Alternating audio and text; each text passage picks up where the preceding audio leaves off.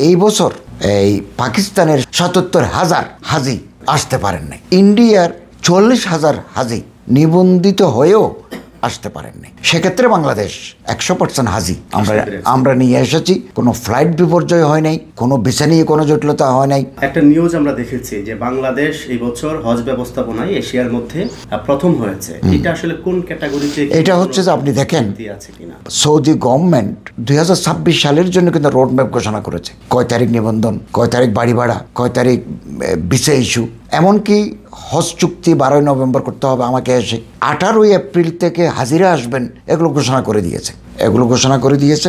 এবং এই বছর এই পাকিস্তানের ৭৭,০০০ হাজি আসতে পারেন নাই, ইন্ডিয়ার ৪০,০০০ হাজি নিবন্ধিত হয়েও আসতে পারেননি। সেক্ষেত্রে বাংলাদেশ ১০০% হাজি আমরা নিয়ে এসেছি। কোনো ফ্লাইট বিপর্যয় হয় নাই, কোনো ভিসা নিয়ে কোনো জটিলতা হয় নাই।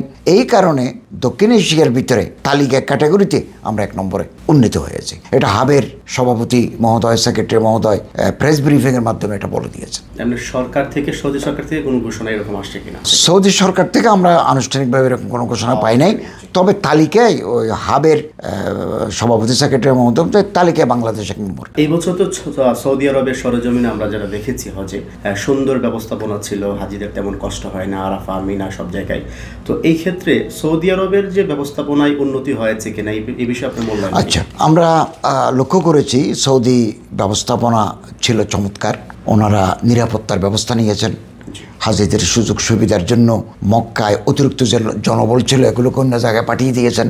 এবং হজের দিনগুলোতে তারা প্রাইভেট কারও কিছু কিছু রোডে সীমিত করে দিয়েছেন। কেবলমাত্র সরকার অনুমোদিত বাসগুলো মিনা, মুজদালিফা, আরাফা, জামারাতে চলাচল করার জন্য এগুলো নির্দিষ্ট করে দিয়েছেন।